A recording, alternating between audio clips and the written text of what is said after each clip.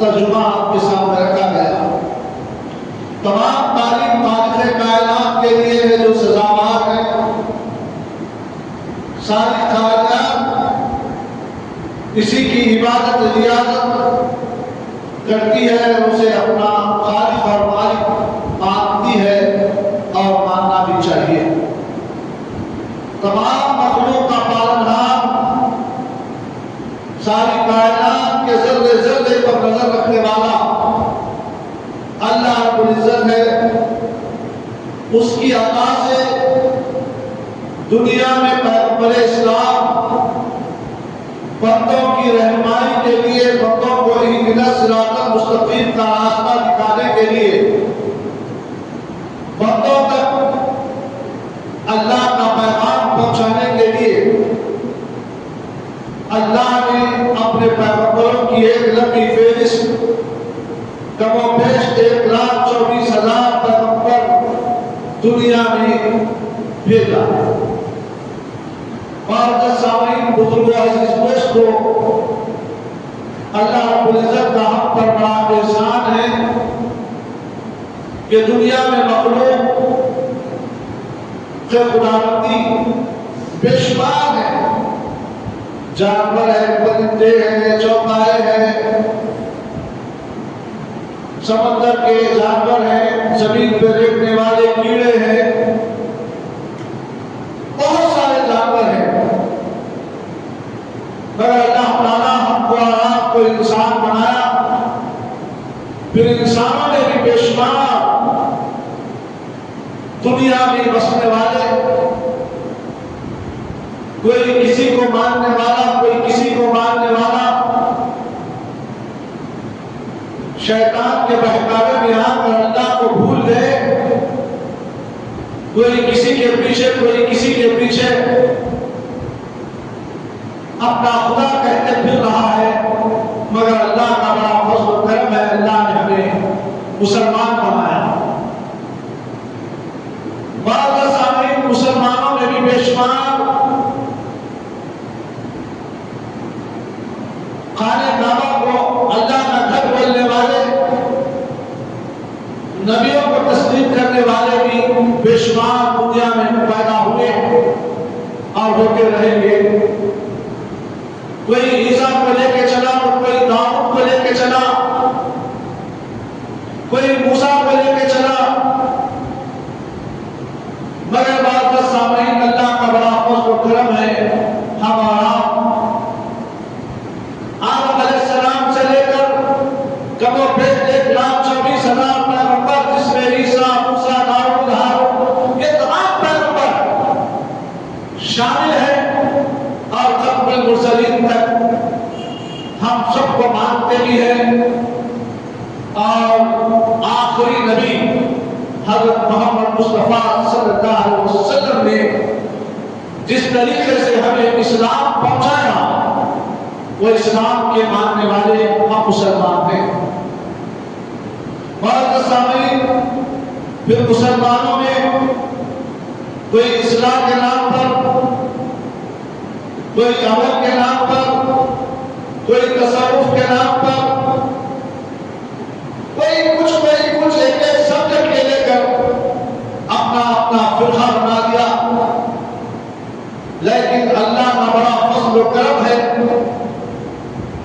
اہل سنت والجماعت پر، جو حضور نبی کریم صلی اللہ علیہ وسلم نے جس عطا سے اسلام کو دیا، وہ اہل سنت والجماعت کے پاس موجود ہے۔ اب اہل سنت کے ماننے والوں نے بدعملی کا شکار ہونے کی وجہ سے یہ جتنے بھی فرقے نظر آ رہے ہیں، یہ اسی کا خامیازہ ہے۔ عمل نہ کرنے کی وجہ سے ہر کوئی یہ سوچ کر اٹھا، پہلے میں قوم کی اصلاح کروں گا، اس سے پہلے کوئی فرقہ نہیں تھا، صرف اہل سنت والجماعت، جو حضور صلی اللہ علیہ وسلم سے صحابہ سے تابعین، تابعین، شہداء، اسی طریقے سے سلسلہ وار اولیاء بزرگان دین یہ سلسلہ چلا آ رہا تھا، مگر اسلام کے نام اس بڑی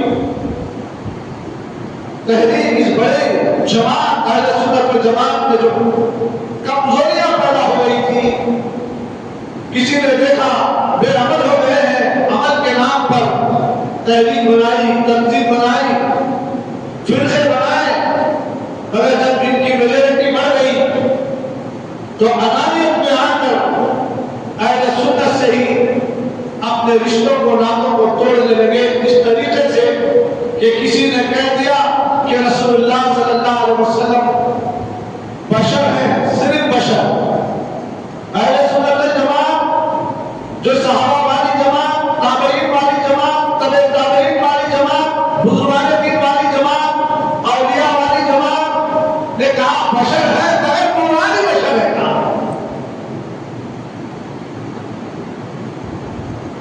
عام انسانوں کی طرح نہیں، یہ خاص ہے، اللہ نے ان کو منتخب کر کے بھیجا ہے،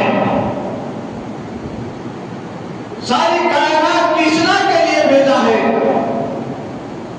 اور اللہ کی جانب سے جس طریقے سے اللہ عز و جل غیب کا جاننے والا ہے، اللہ نے اپنے رائٹ اور پاور دے کر، ہم یہ نہیں کہتے کہ رسول اللہ خود اپنی جانب سے غیب کا ہے، لیکن اللہ نے ان کو غیب کا علم دیا، اور رسول اللہ صلی اللہ علیہ وسلم غیب کے جاننے والے ہیں۔ اسی طریقے سے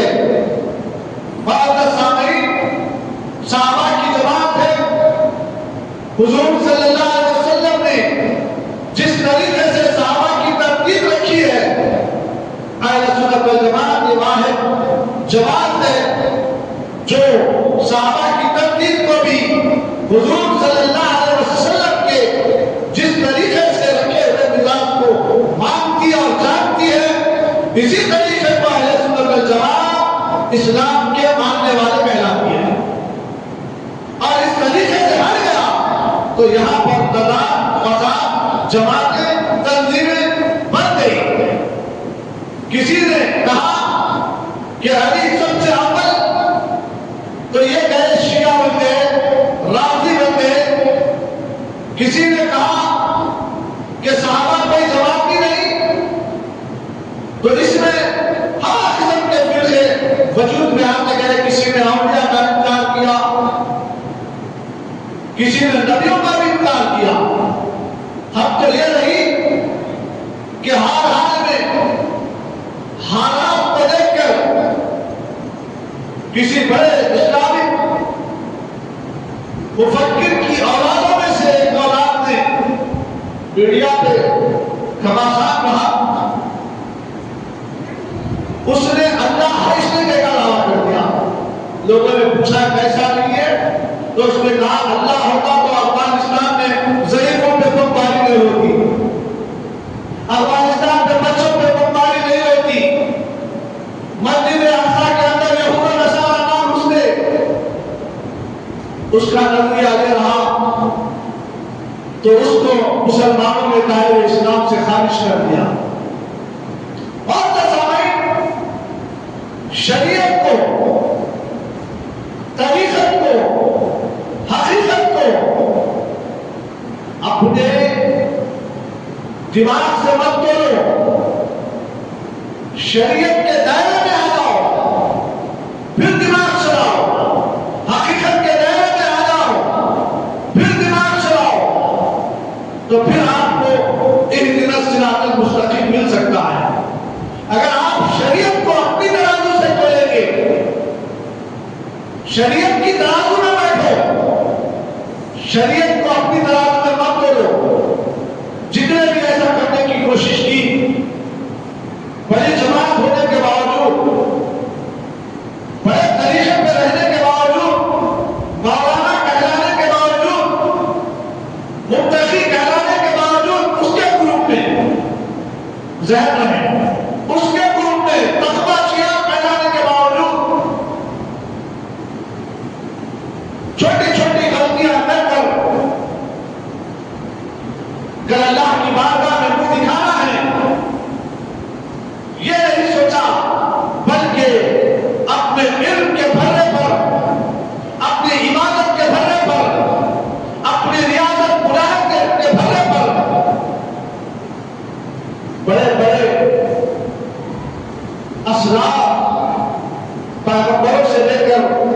صحابہ سے لے کر تابعین سے لے کر تبع تابعین تک انگلی اٹھانے والوں کا حشر اللہ جانے کیا ہوگا پتا نہیں۔ الحمدللہ ایک واحد اہل سنت والجماعت کا یہ عقیدہ اٹوٹ ہے کہ آدم علیہ السلام سے لے کر ختم المرسلین تک ہر ایک کو نبی مانتے ہیں، اور ختم المرسلین صلی اللہ علیہ وسلم کو ہم نے سارے نبیوں کا سردار مانتے ہیں۔ اس بنیاد پر آئے دن آپ شب معراج کے واقعات کا سماعت فرمائیں گے۔ حضور نبی رحمت صلی اللہ علیہ وسلم اول بھی نبی تھے، آخر بھی نبی ہے، اور اس نبی نے ہم کو ادب سکھایا۔ اس ادب کی بنیاد پر اگر انسانیت چلی تو ایمان اس کا سلامت، اگر بے ادب ہو گئے تو ایمان سے گئے۔ انسان تو رہے گا مگر ادب ایمان نہیں رہے گا۔ الحمدللہ حضور تک، حضور کے بعد صحابہ تک، تابعین تک، تبع تابعین تک، اولیاء تک، ہم تو یہ رہی کہ والدین تک ہم اپنے بڑے مانتے ہیں اور ان کی تعظیم کرتے ہیں۔ اللہ کے رسول صلی اللہ علیہ وسلم نے بتایا جس ترتیب سے الجنت تحت اقدام الامہات، تیرے ماں کے قدموں کے نیچے جنت ہے، تو ہم سمجھ گئے اللہ کے رسول کا فرمان حق ہے۔ الوالد احق بابواب الجنہ، باپ جنت کے دروازوں میں سے بیچ کا دروازہ ہے، تو ہم سمجھ گئے کہ جنت کے دروازے کے پہنچنا ہے تو باپ کے حقوق ادا کرنا پڑے گا۔ اگر جنت میں جانا ہے ماں کے قدموں کے نیچے سے تو ماں کے حقوق ادا کرنا پڑے گا۔ ہم کو یہ ترتیب دی گئی، پھر اس ترتیب کے ساتھ حقوق اللہ، حقوق العباد کا بھی درجہ بتا دیا گیا۔ قرآن اور حدیث کی روشنی میں ہم کو حقوق اللہ، حقوق العباد، اگر اس کو صحیح طریقے سے، صحیح انداز سے اگر آپ دیکھیں گے، حقوق العباد، حقوق اللہ ایک دوسرے سے منسلک ہے۔ ہم حقوق اللہ ادا کر کے یہ ہم سمجھتے ہیں کہ میں متقی بن گیا، میں پرہیزگار بن گیا، میں یہ سمجھتا ہوں داڑھی چھوڑ دیا، ماما بن دیا، 5 ٹائم نماز پڑھ لیا تو میرا فرض ادا ہو گیا، پنجگانہ نمازی بن گیا، حج عمرہ کر لیا، زکات دے دیا، حج کر لیا تو میں سمجھتا ہوں کہ میں پارتا بن گیا۔ ایسا نہیں ہے۔ پارتا بننے کے لیے حقوق اللہ کے ساتھ حقوق العباد بھی ادا کرنا ہوگا۔ حقوق العباد میں اللہ اکبر، آپ اندازہ لگائیے کہ میں جس کتاب کو مطالعہ کر کے آپ کے سامنے رکھ رہا ہوں، یہ بڑے بڑے علماء کرام اپنے کتابات میں اس کتاب کو عنوان بناتے ہیں اور اس کتاب کا نام اللہ اکبر، آپ اندازہ لگائیے کہ فرمایا گیا کہ جو علماء مشایخین جو ہم سے پہلے یعنی بڑے بڑے علماء اس میں شامل ہیں جو اس کتاب کو ترتیب دیے ہیں، اس کتاب کے حوالے سے اللہ اکبر بتایا گیا کہ سید محمد ابراہیم قادری اور ترتیب کے اعتبار سے انہوں نے اس کتاب کو ترتیب دی، اور بھی علماء کرام حضرت سید حسن نورانی اور دیگر علماء کرام بھی اس کے اندر اور بھی شامل ہیں، مولوی اور فاضل اور دیگر بڑے بڑے علماء اس کے اندر شامل ہیں۔ انہوں نے اس کتاب کی ترتیب دی، اور اس کے اندر جو چیزیں ہیں میں آپ کے سامنے رکھنے کی کوشش کروں گا کہ فرمایا گیا کہ حضور نبی کریم صلی اللہ علیہ وسلم نے جہاں حقوق اللہ پر ہم کو اور آپ کو تربیت دی وہیں پر حقوق العباد پر بھی حق کو تربیت فرمائے. یہ دو قسم کے حقوق ہیں، ایک حقوق العباد، دوسرا حقوق اللہ. جب ہم نماز پڑھتے ہیں، روزہ رکھتے ہیں، حج کرتے ہیں، زکات دیتے ہیں، تو اس سے اس ذات مقدس کا حق ادا ہوتا ہے، اللہ کا حق ادا. اور جس ذات نے ہمیں نماز روزے کا حکم دیا ہے، ایسے ہی ہمدردی، درد دلی، محبت، مرحمت کے ذریعے سے آپس میں ایک دوسرے کی تعریف کرنا، ایک دوسرے کی ضرورت کو پورا کرنا، یہ حقوق العباد ہے. یہ دو ہے، حقوق اللہ، حقوق العباد. کوئی کسی کو پکڑ لیا، کوئی کسی کو پکڑ لیا. اکثر ہمارے اہل سنت میں جو ماننے والے ہیں، جو کم علم ہے، مگر اہل سنت کے ماننے والے ہیں، الحمدللہ بڑا طبقہ ہے، علم رکھنے کے باوجود بھی اہل سنت سے منسلک ہے، مگر کسی کا رخ کسی ایک پہ ہے، یعنی حقوق اللہ پہ ہے، تو حقوق اللہ، حقوق العباد میں کوتاہیاں کر لگے، اور حقوق العباد میں ہے تو حقوق اللہ میں کوتاہیاں کر لیتے ہیں. اس بنیاد پر جتنے فرقے جنم لیے ہیں، اسی بنیاد پر جنم لیے. میں اصلاح کروں گا، میں اصلاح کروں گا، میں اصلاح کروں گا، اٹھے، اور جب ان کے ساتھ ایک بڑا جماعت تیار ہو گئی تو انانیت میں آ کے نکل گئے. تمہارے سامنے یہ وہی حقوق ہیں جن کے تعلق سے خدا پاک نے اور نبی رحمت نے شمع توحید کے پیغامبروں کو یہ تعلیم دی ہے کہ حقوق کی ادائیگی میں کسی بھی طرح کی کوتاہی نہ ہونے پائے. جو حقوق ہے، نہ یہ حقوق میں کوتاہی ہونا، نہ وہ حقوق میں کوتاہی ہونا.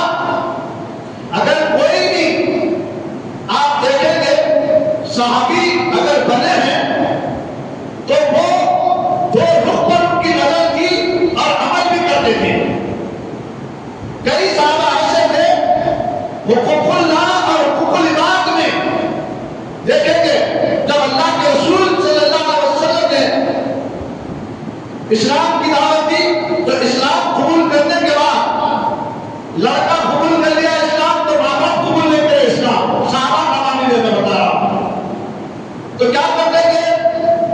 ماں باپ کے حقوق کو ادا کرنے کے لیے ماں باپ کے گھر میں تو رہتے تھے، ان کی اذیتیں برداشت کرتے تھے، سوسائٹی میں رہتے تھے، سوسائٹی کی اذیتیں برداشت کرتے تھے، خاندان کے اذیتیں برداشت کرتے تھے، مگر خاندانوں میں رہتے ہوئے اللہ پر حقوق اللہ کو بھی ادا کرتے تھے.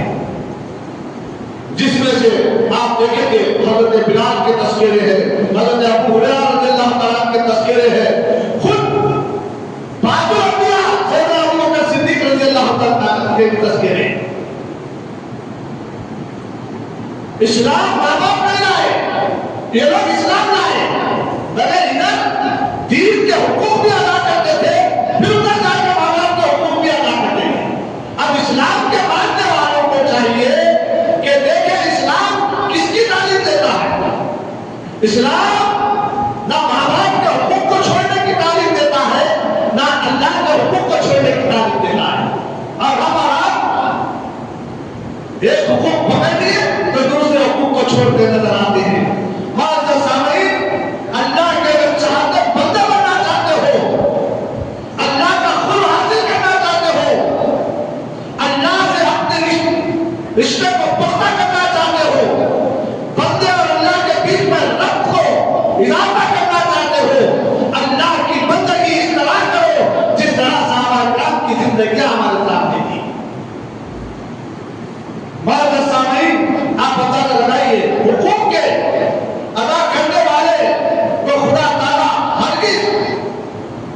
حقوق کے نہ ادا کرنے والے حقوق کے ادا کرنے والے کو اللہ تعالیٰ پسند فرماتا ہے، اور حقوق کے نہ ادا کرنے والے کو اللہ تعالیٰ ہرگز پسند نہیں کرتا۔ اب یہ حقوق دو ہے، بتا دیا، ایک اللہ کے حقوق، ایک بندوں کے حقوق۔ بندوں کے حقوق میں میں ہوں، میرے ماں باپ آتے ہیں، میرے بچے آتے ہیں، میرے بھائی بہن آتے ہیں، میرے پڑوسی آتے ہیں۔ اب میں کسی کمیٹی کا ممبر ہوں یا میں صدر ہوں، بادشاہ سے لوں، اگر میں بادشاہ ہوں تو میں بادشاہ ہونے کے ناطے رعایت کے حقوق بھی میرے اوپر عائد ہوتے ہیں۔ اگر امام ہے تو امام مصلیوں کے حقوق عائد ہوتے ہیں اس کے اوپر۔ اور اسی طریقے سے اگر میں کسی کا خائن بنا رہا ہوں ایک محلے کا، تو خائن کے بھی رعایت پر حکم آتے ہیں۔ اسی طریقے سے پلٹ کر آئے ہم کہ جس طریقے سے پیغمبر کے حقوق پوری امت پر ہے، امت کے بھی کچھ حقوق ہے نا پیغمبر کے ساتھ، ہم اس کو چھوڑ دیتے ہیں۔ نہیں، میں تو نبی کا ماننے والا ہوں، میری بخشش ہے۔ بے شک اللہ کے رسول صلی اللہ علیہ وسلم نے کچھ دعاؤں کو ابھی کیا نہیں، حشر کے دن کرنے والے ہیں، وہ حقوق اپنی جگہ ہے، مگر امتی ہونے کے ناطے نبی سے جو تمہارے تعلق ہے، تمہارے حقوق ہے، نبی نے جو طریقہ بتایا، جو رستہ بتایا، وہ حقوق ہم پر عائد ہوتے ہیں، ہم پر بھی عمل کرنا ضروری اور لازم ہے۔ اسی طریقے سے بادشاہ ہے تو بادشاہ کے جو حقوق رعایت کے ہے، رعایت کے بھی کچھ حقوق ہے بادشاہ کے پاس، ایسا نہیں سب کچھ بادشاہی ہے، لیکن رعایت کے بھی کچھ حقوق ہے۔ امن شانتی رہنے کے لیے آپ اپنے شہر میں، اپنی زندگی میں، اپنے ماحول میں کس انداز سے رہنا ہے، وہ حقوق آپ پہ عائد ہوتے ہیں۔ ہم سمجھتے نہیں سب بادشاہ کرنا، ایسا نہیں ہوتا۔ اگر ایسا سب بادشاہ کرنا ملے تو پھر ایسا ہی ہوتا جیسا آج لاگو ہو رہا ہے۔ اتر پردیش کا حال دیکھ لیجیے، دوسرے ریاستوں کا حال دیکھ لیجیے، کیا حالت ہے ہماری۔ اگر جہاں بادشاہ کے حقوق اندر بھرتے رہے ہیں تو ہمارے بھی کچھ حقوق ہیں جو ہم عمل کرنا ہے، ہم اس کو تو چھوڑ دیے۔ ماں باپ ہیں، جیسا ماں باپ کے مجھ پر کچھ حقوق ہے، اسی طریقے سے میرے بھی کچھ حقوق ہیں ماں باپ کے اوپر۔ ماں باپ کے حقوق کچھ پر ہیں، اگر وہ ضعیفی کو پہنچ جائیں تو ان کی دان پوشی کریں، ان کی آرام کا، ان کے کھانے کا، ان کے پینے کا، ان کے کپڑے کا انتظام ہم کریں، کوئی تکلیف نہ پہنچائے۔ جس طریقے سے ان لوگوں نے ہمیں بچپن میں پالا پوسا، کوئی کسی قسم کی تکلیف ہونے نہیں دی، اس طریقے سے ہم کو بھی چاہیے کہ ماں باپ کے ساتھ ایسا حقوق ضرور کریں۔ ہمارے بھی حقوق ہے ماں باپ کے ساتھ کرنے کے، سب ماں باپ ہی کرنا، جائیداد ماں باپ ہی رکھنا، بڑا ماں باپ ہی بنانا، نوکری ماں باپ ہی رکھنا، دبئی کو ماں باپ ہی بھیجانا، ہر چیز ماں باپ ہی کرنا۔ تو پھر تم کیا کریں گے ماں باپ کے ساتھ؟ تمہارے بھی کچھ حقوق ہے ماں باپ کے ساتھ۔ تم ہوش والے ہو گئے، عقل والے ہو گئے تو تمہارے حقوق بھی عائد ہے ماں باپ کے اوپر۔ شوہر ہے، شوہر کے حقوق بیوی پر عائد ہے، اور بیوی کے حقوق شوہر پر عائد ہے۔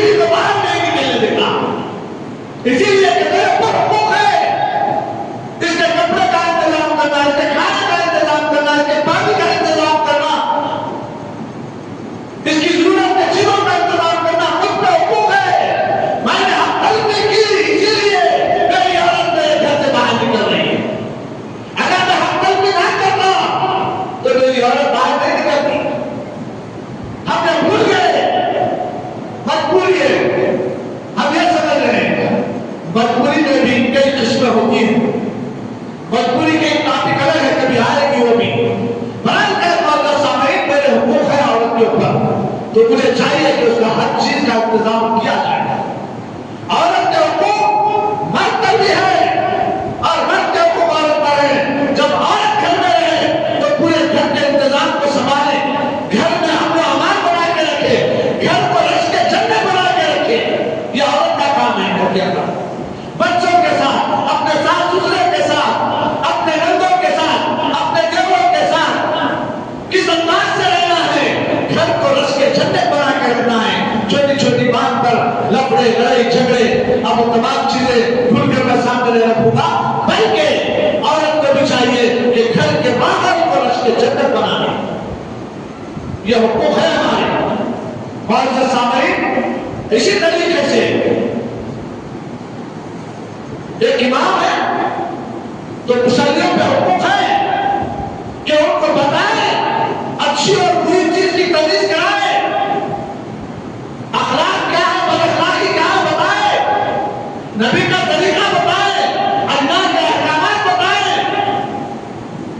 بدلتی ہوئی دنیا میں جو چیز ہم پر برائی کا ایک سیلاب ہے جو امت کے آ رہا ہے، ان کو بتائیں کھول کھول کر۔ یہ خطیب کی ذمہ داری ہے اپنی عوام تک وہ باتیں پہنچائیں جو لوگ عمل کر کے اللہ کے چاہتے بنتے بن گئے، دنیا کے قدموں میں آ کے گری۔ یہ چیزیں اپنی قوم کو بتائیں، یہ خطیب کی ذمہ داری ہے۔ اور اس کے بعد مصلیوں کی یہ ذمہ داری ہے کہ وہ مسجدوں کو آباد کریں، اپنی زمین میں سجدوں کی طرف پیدا کریں، اپنے اندر خوف خدا پیدا کریں، اللہ کے ذکر کے ذریعے سے اپنے آپ کو مزین کریں۔ یہ مخلوق کی ذمہ داری کی ہے۔ ایسا ہی نہیں خالی سب بتی بیچ کر لینا، کیا چندہ دینے میں ہم قریش کرنا سب، ایسا نہیں ہے۔ آپ کے چندے کا محتاج نہیں ہے خطیب امام، آپ دے تو آپ کے نام اعمال میں نیکیاں آ رہے ہیں، یہ اپنی جگہ ہے۔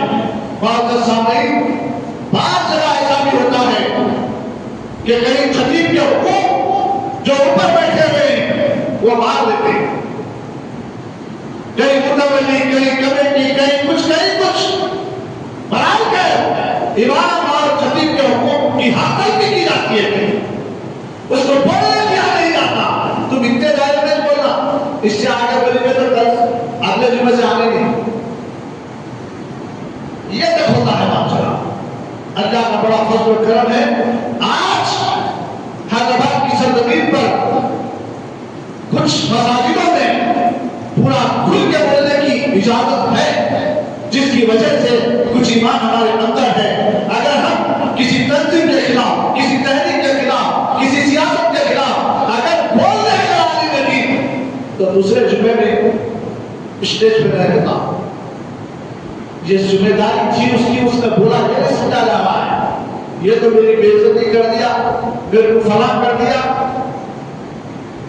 متولی صاحب کو ایسا کر دیا، کمیٹی کو ایسا کر دیا، صدر کو ایسا کر دیا، اگلے جمعے سے بیچارے کا تخلیہ کر دیا۔ اللہ بچائے، اس کے حقوق ہے وہ بولے عوام تک پہنچائے، رسائی کرائے۔ معزز سامعین، بزرگ عزیزوں کو یہ حقوق ہے ایک دوسرے کے لگے۔ ہر اعتبار سے میں گھر پہ ہوں تو میرے یہ حقوق ہے کہ میرے پڑوسی پہ کیا ہو رہا ہے، میری پڑوسی تک دین کا کام پہنچ رہا ہے نہیں پہنچ رہا ہے، میرا پڑوسی بھوکا سو رہا ہے یا پیٹ بھر کھا کے سو رہا ہے، یہ میری ذمہ داری ہے، میں دیکھنا چاہیے۔ تو بہت سے سامعین بے شمار حقوق، یہاں تک کہ یہ تو انسانیت کے تعلق سے ہوتا ہے،